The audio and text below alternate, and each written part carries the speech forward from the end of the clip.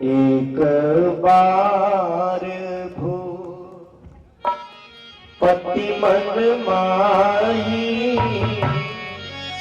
भई गलानी मोर सुत नाही। एक बार भू पति मन माही भई गलानी मोर सुत नाही।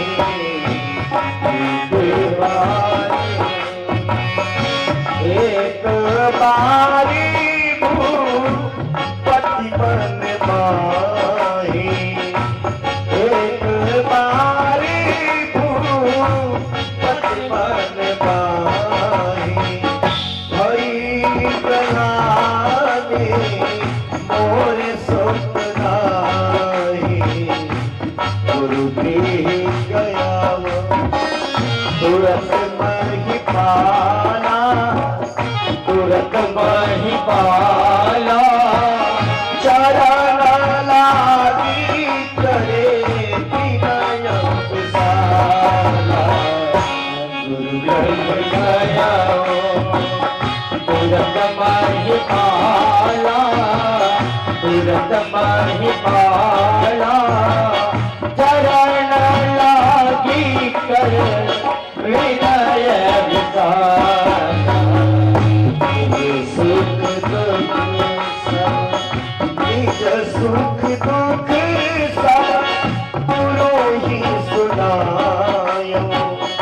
निज सुख दुख सब गुरु ही सुनायो। कहीं वशिष्ठ बहु निज समुझायो। निज सुख दुख सब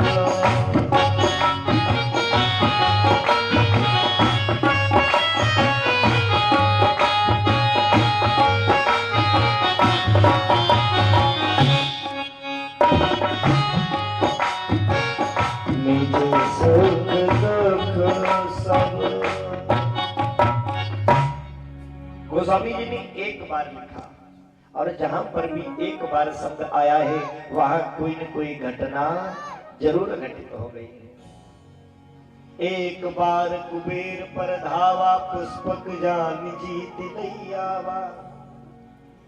एक बार त्रेता युग माही शंभु गए कुंभज सिपाही।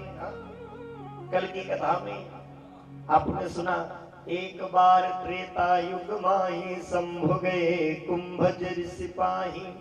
संग सती जग जननी भवानी। क्या हुआ? मैया सती को अपने शरीर का त्याग करना पड़ गया। जहां भी एक बार शब्द आया वहां कहीं न कहीं घटना जरूर घटी। आज यहां पर भी गोस्वामी जी लिख रहे हैं, बोले एक बार भूपति मन माही भई गलानी मोरे सुत नाही। अच्छा, महाराज दशरथ को एक ही बार गलानी क्यों हुई? एक ही बार दुख क्यों हुआ? उनके तो संतान नहीं थे। धीरे धीरे बुढ़ापा आने वाला है, वृद्धावस्था आ गई है और अभी कोई भी संतान नहीं है, तो क्या जीवन में एक ही बार कष्ट होगा? व्यक्ति का विवाह होता है 2 साल बाद 4 साल बाद अगर संतान नहीं होती है तभी उसको तकलीफ होने लगती कि प्रभु अभी तक मेरे पुत्र क्यों नहीं हुए, संतान क्यों नहीं हुई। और राजा दशरथ का तो वृद्धावस्था होने वाली, एक नहीं दो नहीं 3 रानियों के होने के बावजूद भी संतान नहीं है। और राजा दशरथ को एक ही बार गलानी क्यों हुई? गोस्वामी जी कहते हैं, श्री सूती महाराज कहते हैं, राजन एक बार की बात, महाराज दशरथ की एक मित्र है जिनका नाम है देवराज इंद्र। महाराज दशरथ इंद्र की अमरावती को आया जाया करते हैं।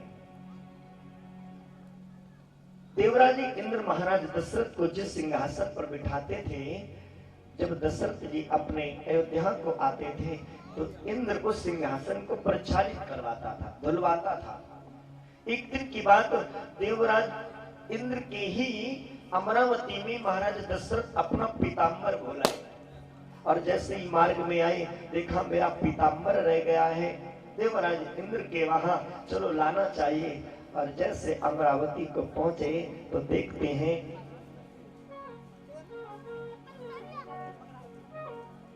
वो जिस सिंहासन पर मैं बैठा हूं वो सिंहासन धुलवाया जा रहा है। ए भैया, ये सिंहासन क्यों धुल रहे हो, इसका क्या कारण है?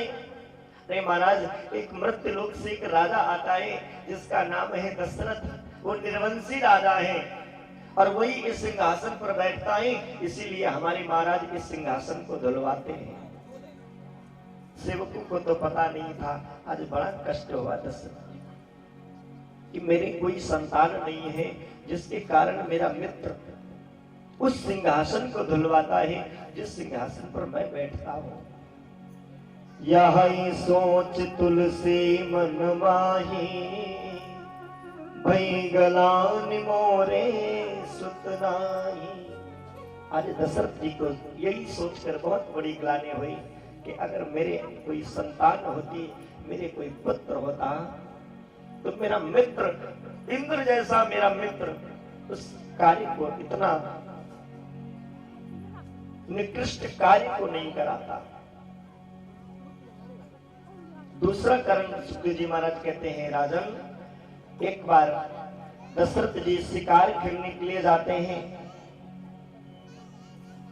शिकार खेलने के लिए गए तो उन्होंने देखा कि एक सरोवर में गाय फंसी हुई है और चीख रही है, रोती जा रही है, कोई मेरे प्राणों को बचाए, मेरे प्राणों की रक्षा करे।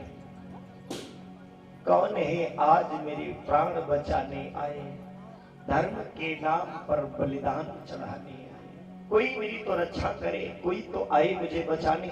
दशरथ जी ने देखा मेरी आंखों के सामने एक गर्भवती गाय उस दलदल में फंस गई है, वो धंसती चली जा रही है। दशरथ जैसे दौड़े और गाय को पकड़ना चाहा, बाहर निकालना चाहा, तो गाय ने कह दिया, महाराज बस वहीं ठहर जाना, अब करापी आप मुझे स्पर्श मत करना। दशरथ जी ने कहा, आप अभी तो चीख रही थी कि मेरे प्राणों की रक्षा करो, मुझे बचाओ, और अब कह रही कि मुझे स्पर्श तक मत करना, आखिर क्यों? गाय कहने लगी, राजन, मैं एक गर्भवती गाय हूं, मेरे पेट में मेरा बालक पल रहा है और मैंने सुना है कि तुम निर्वंशी राजा हो, तुम्हारी कोई भी संतान नहीं है, और यदि कोई निर्वंशी किसी के गर्भ को स्पर्श तक कर लेता है तो उसका गर्भ नष्ट हो जाता है। मैं जीते जी अपने लाल को मरा हुआ नहीं देख सकती, इसलिए मैं मर जाना कबूल करूंगी, लेकिन आपके द्वारा आपको स्पर्श करने से अपने लाल को मरता नहीं देख सकती।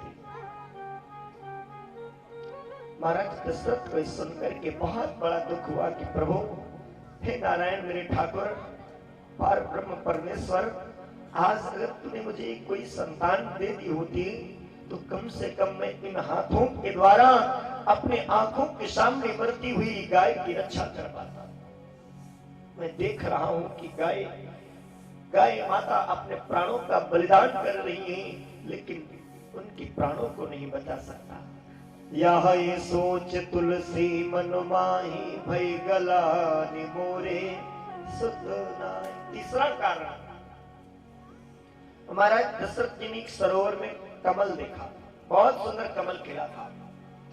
विचार करते हैं ये कमल अगर कहीं मेरी रानी कौशल्या के हाथों में होता तो इस कमल की शोभा बढ़ जाती।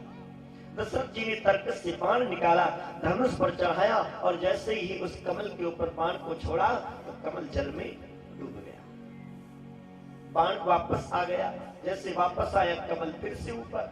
दशरथ जी ने फिर से छोड़ा, जैसे छोड़ते हैं तो कमल फिर अंदर, बाण बाहर। दशरथ जी ने कहा कि एक कमल, तुम मुझे कोई साधारण कमल, साधारण पुष्प नहीं लग रहे हो, कौन हो तुम, बार बार जल के अंदर क्यों चले जाते हो? तो कमल कहता है, राजन, मैं इसलिए अंदर चला जाता हूं क्योंकि मैं आपके हाथों में आना नहीं चाहता। क्यों? महाराज, आप एक निर्वंशी राजा हो, यदि मैं आपके हाथों में आ जाऊंगा तो जो ये मेरी सौंदर्यता है, जो ये मेरा स्वरूप है, ये स्वरूप नष्ट हो जाएगा, इसलिए आपके हाथों में नहीं आना चाहता हूं। दशरथ जी को ये सोच करके बहुत बड़ी ग्लानि हुई। एक बार भूपति मन माई भई गलानि मोरे सुतनाई। यही सोच करके गोस्वामी जी ने लिख दिया, एक बार